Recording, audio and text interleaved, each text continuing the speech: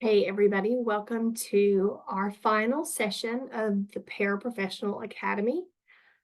Today we are going to talk about boundaries. And I'm going to share my screen, but right before I do, I want to let you guys know that this is our final session.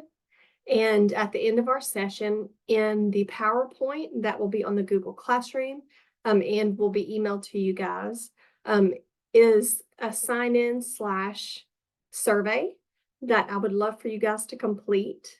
If you could do that by the end of this month, March 29th, I believe is my limit for that. Then I can use that to better plan for next year. I certainly appreciate all the participation that we've had this year with Paraprofessional Academy, and I'm so excited for us to talk about boundaries today. So I am going to share my screen with you guys.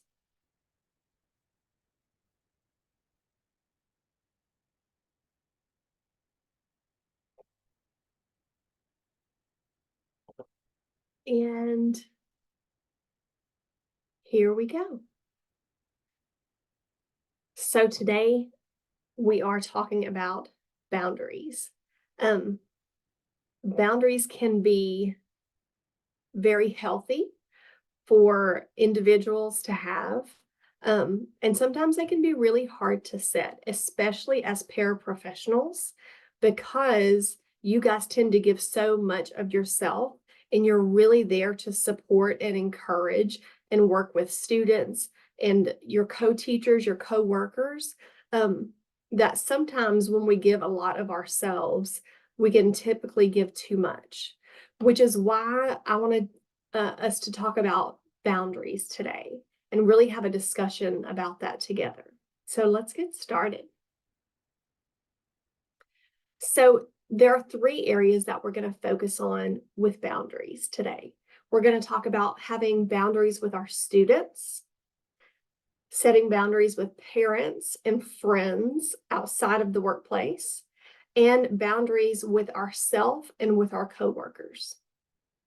So for our students, whenever we talk about boundaries, the goal that we have for our students is to really develop independence.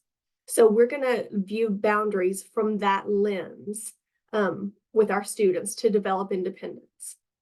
With our parents and friends, we're going to focus on boundaries that lend themselves to respecting confidentiality that we agree to whenever we take on positions as paraprofessionals. And with ourselves and our coworkers, we're going to focus on the self-care aspect of boundaries, making sure that you are doing things to be your best self in and out of the workplace.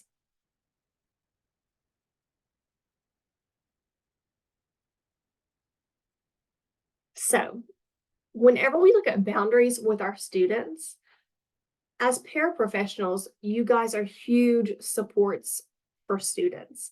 You guys work to help them be included in the classroom. And for students with disabilities, that's really important for them to feel included.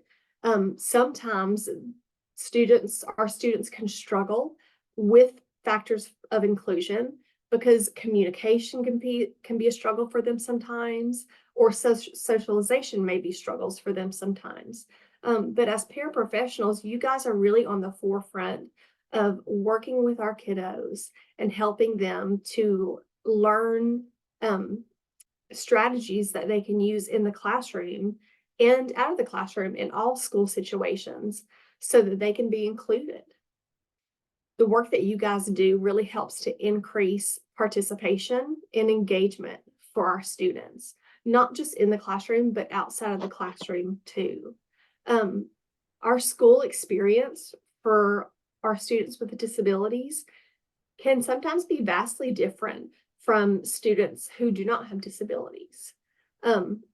So the fact that you guys work so closely with our kiddos and with other teachers to help to make sure that our kids are engaged, that they have the tools that they need to be successful, and that they have that they're well equipped to be able to participate in classroom is important.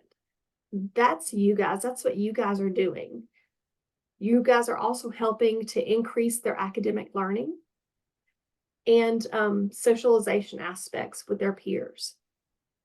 And all the while, this couldn't happen if you guys weren't there to help manage those behaviors with our students. You guys support by helping to decrease those challenging behaviors with our students with disabilities.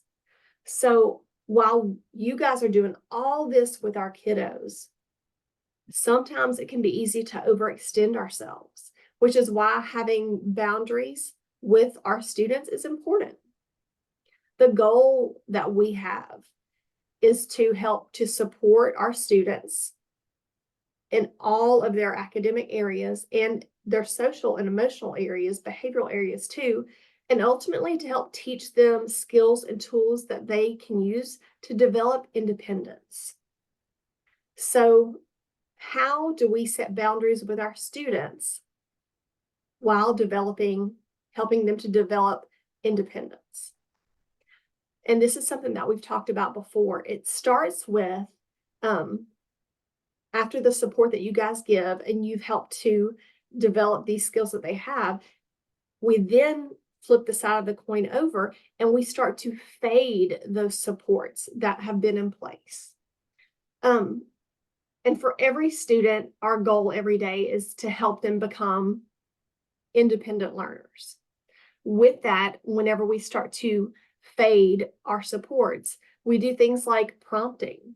So whereas before you may have been next to that student, helping them go through the steps of a problem, and after you give them the support that they need and help them to build those skills, then we can do things like prompting our students, making sure that they understand what the next steps are in class. Sometimes a big part of fading the supports that we're providing as paraprofessionals is watching our students and seeing how they are reacting to tasks that are given and how they are figuring out those tasks on their own. Sometimes it's hard to sit back and let them take the responsibility of their learning in their hands because we're used to being there as support paraprofessionals. But part of helping our students to develop independence and really setting those boundaries with our students so that they can be independent learners is fading those prompts that we give them. There's something called silent supports. Now, this is a great way to set boundaries with our students while still helping them in the classroom. And an example of a silent support could be a checklist or an exemplar, a model for what their task or their work needs to look like. Another great silent support could be having a peer in the classroom, maybe an elbow buddy to work on a task with our students. And as we know in today's day and age, technology is the huge equalizer for all individuals. So technology can be a great silent support for our students that helps to develop and prompt that independence while being able to be more hands-off with the support that we give. Another part of helping to set boundaries with our students while leading them on the path of independence is teaching them about self-advocacy. Now, whether it's teaching a student to raise their hand when they need to be called on, or asking for permission before they're released to go to the restroom, a huge part of what you guys do is that you guys teach those self-advocacy skills to our students. And that self-advocacy is the ultimate path to independence for our kids. It's helping to teach them things that they will use, ways in which they can go in order to be able to advocate for themselves. And another thing about boundaries with our students that I really wanted to talk about is the fact that you guys are leading by examples. So as we know, students learn from being taught, but they also learn from observing. So they are watching you guys as paraprofessionals to see your independence, to see how you go about being a responsible and a respectful adult. And they will then take that and they'll use that as an example. So part of setting boundaries with our students is knowing that they are looking to you guys as paraprofessionals as a guide for their own actions.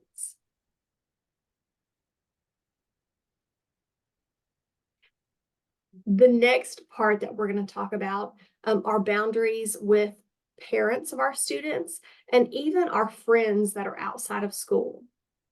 So whenever we become paraprofessionals or teachers in general, we adhere to a code of confidentiality and a code, which is part of our code of ethics. So part of setting boundaries with parents and with our friends outside of school is to make sure that we are really respecting those agreements of confidentiality. And at times it can be difficult because I know outside of school, sometimes the parents of our students may be our friends. We may interact with them socially. So making sure that we're respecting that confidentiality is a really important boundary to set with our parents and friends. Making sure that when we're outside of school, that we're not having discussions about students is important. If a parent brings it up, simply saying, hey, it's my time off. I'd rather not talk about this. Or just saying, hey, I can't have this discussion outside of school. Thank you so much for understanding, is a great way for us to really set those boundaries. And my hope is that parents will understand, because they certainly wouldn't want other people speaking about the confidentiality of their students or their students' records outside of the school. Now, another part of that is setting boundaries with parents or with our friends is inside of school. So sometimes inside of school, we may have coworkers that are our friends, but they may not be a staff member who supports the students that we work with. So just making sure that you're setting that boundary as a paraprofessional whenever you're inside of the school to really only discuss dealings with your students or concerns with your students with other staff members who directly support your student. That's really important to keep in mind.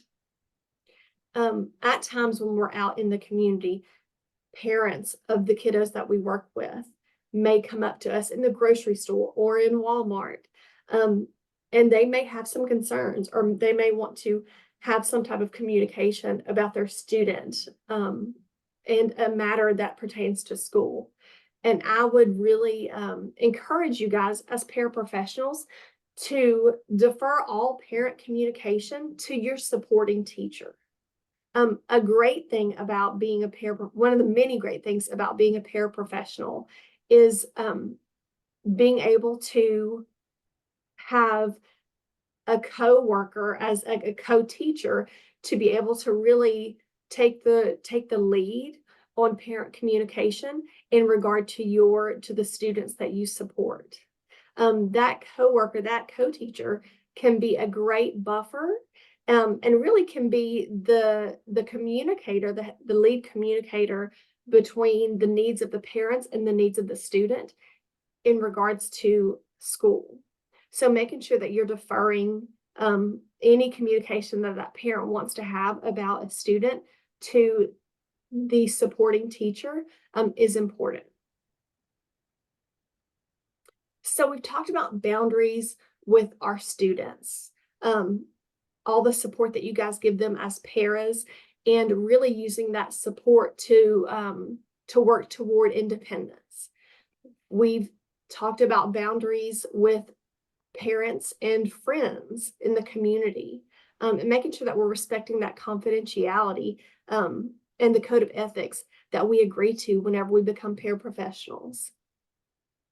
The final part that we're going to talk about today is boundaries in relation to yourself and your coworkers.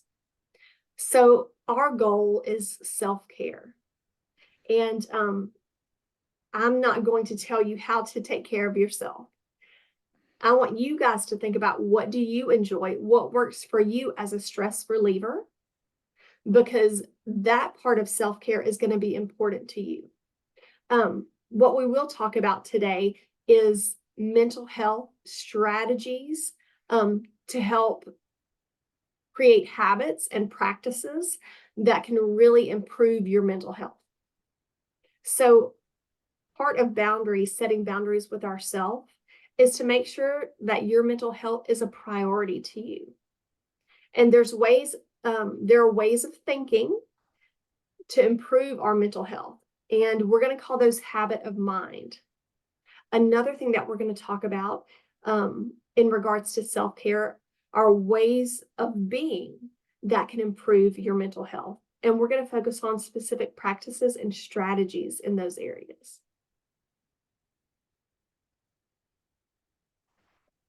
So let's talk about habits of mind. There are two habits that we're going to talk about today. And habits of mind are ways to emotionally and mentally set you, your colleagues, and even your students up for connectivity and success. We are social creatures. We long for connectivity, and we long to be successful as individuals. So there are ways that we can take care of our emotional status and our mental status that can help to promote that connectivity and the success that we desire. So the first habit of mind that I want to talk about is called be a light. And I talk about that because many times whenever we come into our school building, we will ask each other, hey, how are you doing? How's it going? And in that question, the way we respond to it, sometimes if we're having a difficult day, can be a little bit of a downer. So whenever we talk about habits of the mind, being a light is considering ways to respond to those everyday questions that we're asked so that we can answer them honestly, but also infusing energy and positivity into our answers. So one way, if someone were to ask, how are you doing today? An example could be, I'm happy to see you, and I'm happy to see the kids. I'm happy to see our students. Whenever we respond in that way, and whenever we take a minute to think about the responses that we're giving, we can answer honestly, but we can also give some positivity into our answers. And having that in communication can really can be a great way to be a light in your workplace.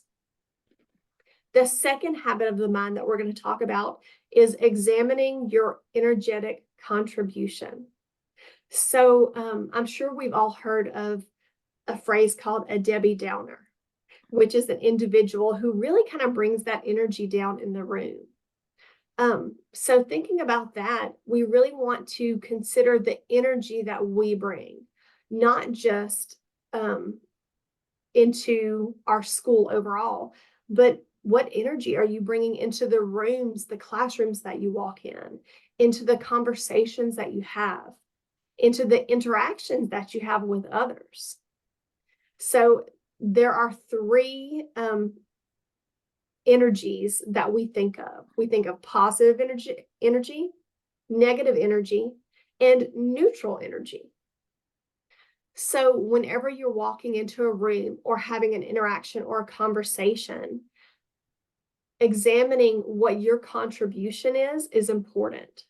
Keeping the positivity that you have in your mind in the forefront of your connections can do wonderful things to the energy that you bring as a paraprofessional into the workplace. Now, can we be positive all the time? Absolutely not. Sometimes we're neutral. Sometimes we have a hard day and we're negative. But thinking about more often than not, bringing that positive energy into a conversation, an interaction, a room, your workplace, is important. And that can be through eye contact as you come into a room, making sure, thinking about what your facial expressions are. We teach our students social skills and social cues. We want to consider what we are doing socially in any interaction also. So sometimes just having a smile on your face or giving positive eye contact can be a great way of bringing a more positive, energetic contribution to a situation, to a room, or to a conversation or interaction. Now we're going to focus on habits of practice. And we're still thinking about boundaries that we are setting with ourselves and with our coworkers. So habits of practice, we can use different practices to help you feel more fulfilled and joyous as a paraprofessional, and to begin cultivating a spirit of well-being in your life, both at home and in the workplace. And there are 4 different habits of practice that I want us to discuss today. One is going to be gratitude practice. So the practice of being grateful, of having gratitude, is really important. This can shift our perspective, and it can help when we practice gratitude, it can help to make us more fulfilled and more grateful for what we have. So there are some things that we can do to practice gratitude. One thing could be to write in a gratitude journal.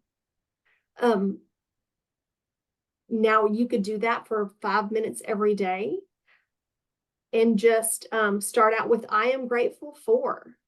I am grateful for, and just continue that practice. Another idea would be having a gratitude file in your computer or even on your phone, maybe on your notes app on your phone. That can be a great place just to jot down what you are grateful for, what good things are happening. Gratitude email or text messages. This is one of my favorite practices because you can send yourself an email of what you're grateful for, or you can then turn that around and spread that positivity and that spirit of well-being to others. You can send emails to others saying what you are grateful for, if that involves them. You can send text messages to yourself, to your family, to your friends, detailing what you're grateful for whenever it comes to your life, your home, your work, or your friends and your family. So gratitude lists overall are a great way to practice gratitude. And there's something really powerful in writing it down. Whenever we write things down, we're actually going through the process of thinking things, feeling those emotions, and then putting those emotions into action through writing, which is a really powerful practice. Another great habit of practice is to celebrate the small things. So this is just stopping and writing down, maybe focusing for 5 minutes only on those delightful moments that you share with your students or with colleagues. The great thing about being a paraprofessional in any school is that there are always those little moments that we have. There's probably not one of us that don't have one day that passes us by in the school where we're not laughing at something. Students are funny, teachers are funny.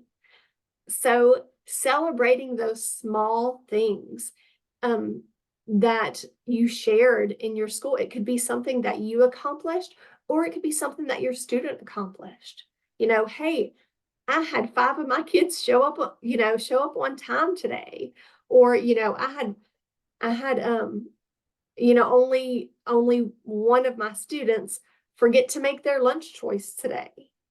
So thinking about those little delightful moments and really taking the time to celebrate the small things is another grateful um, habit to practice, and a great way to set a boundary line with yourself, saying, okay, I'm going to set a line between positivity and gratuity and celebration in my work life so that I feel more fulfilled and joyous.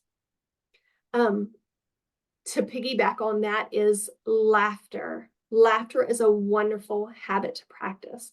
Like I said earlier, there are so many things that are funny that happen during our school days. So being able to take a few minutes and laugh, enjoy those moments is important. Um, Laughter produces physical and psychological benefits. It reduces stress, tension, and anxiety, and humor is considered a form of self-care. So making sure that you're taking those opportunities to get that giggle in is important, and it can be a wonderful practice to have. And the final part of this is bring the fun. Guys, we are in education, and there are so many fun things that we can do as paraprofessionals. Fun is beneficial. It increases dopamine, endorphins, and oxygen. So an idea of bringing the fun is maybe having a joke of the day. With my deaf and hard of hearing students, I used to have an idiom of the day to help them understand idioms, but it would be a little joke that we would have and that we would share together. And that was part of our daily routine. That was part of bringing the fun for me. Another thing is to think about participating in those themed days that many of our schools have. So if there's a dress up day, dress up with your colleagues. If there's a new dance that's going around, think about looking up a YouTube video and learning a few of those dance moves. And when something great happens in your classroom, whipping out those dance moves to show the kids that you're celebrating those small things that are happening. You're bringing the fun. You're practicing gratitude, you're bringing laughter, and you're celebrating. All that can really cultivate a spirit of well-being for you guys as paraprofessionals at work, and that can also bleed over to your home life.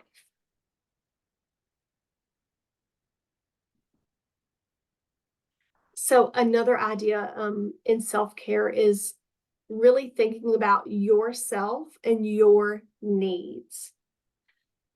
So making sure that in your workplace, you are creating a team of support around you. Reach out to other paraprofessionals. Create your own team, your own little para posse, if you will, that you can talk with. Maybe a crew that you can problem solve with. Or I like the idea of creating a social network of coworkers.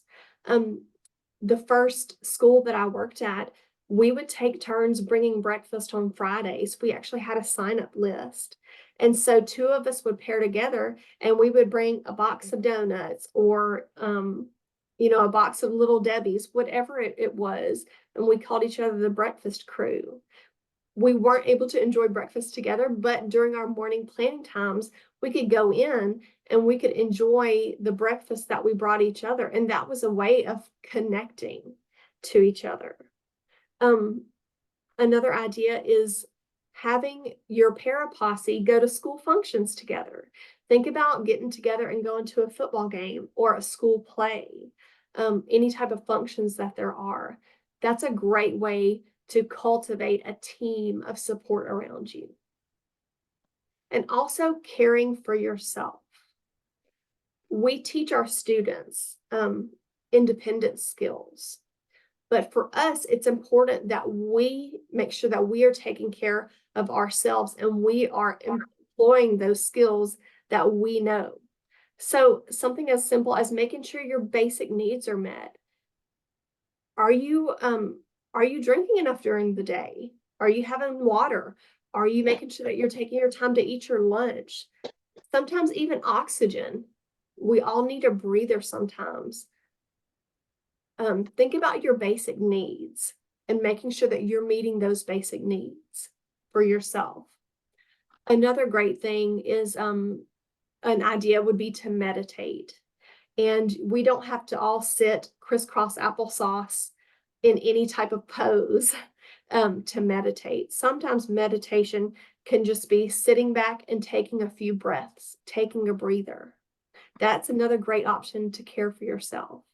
But the bottom line is make sure that you're finding an outlet that makes you feel cared for in your own right.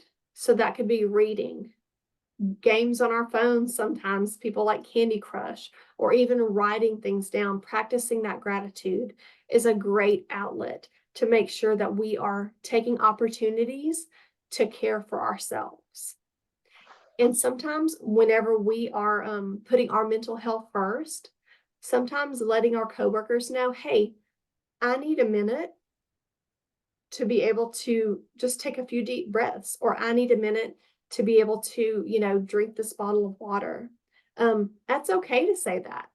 That's okay to put your needs first, because if we are not taking care of ourselves, then it's going to be a real struggle for us to take care of our students who need us. In closing, I want to talk about best practices. One, it's best practice to help our students develop independence. That's our goal. We teach them those skills, and then we give them opportunities to perform those skills, ultimately so that they can be independent. Make sure that we're keeping conversations in that school building with our coworkers who work with our students. And it's a best practice to set boundaries and practice self-care. Put your mental health first. It's important. Now find time for that co-planning. Work with your co-teachers or other paraprofessionals to come up with ideas to support student independence. Encourage parents and teachers to communicate with each other so that you don't feel like you are the in-between for that situation. And make sure that you're putting your needs first and that you're communicating those needs to others. That is our session for the day. I want to say thank you so much for being part of our Paraprofessional Academy. Our sign-in and survey is included in this hyperlink. And I want to make sure that everyone knows that they need to go ahead and sign in and view all of the sessions that we have, either emailed or in our Para Classroom, Google Classroom, by March 28th. That's whenever the cutoff for me taking attendance for all of our sessions will be. So thank you guys so much for a wonderful day today. Here is a link to the text that I used for our session today. And if you need to contact me, here's my email and my phone number. Thank you guys so much for a great day.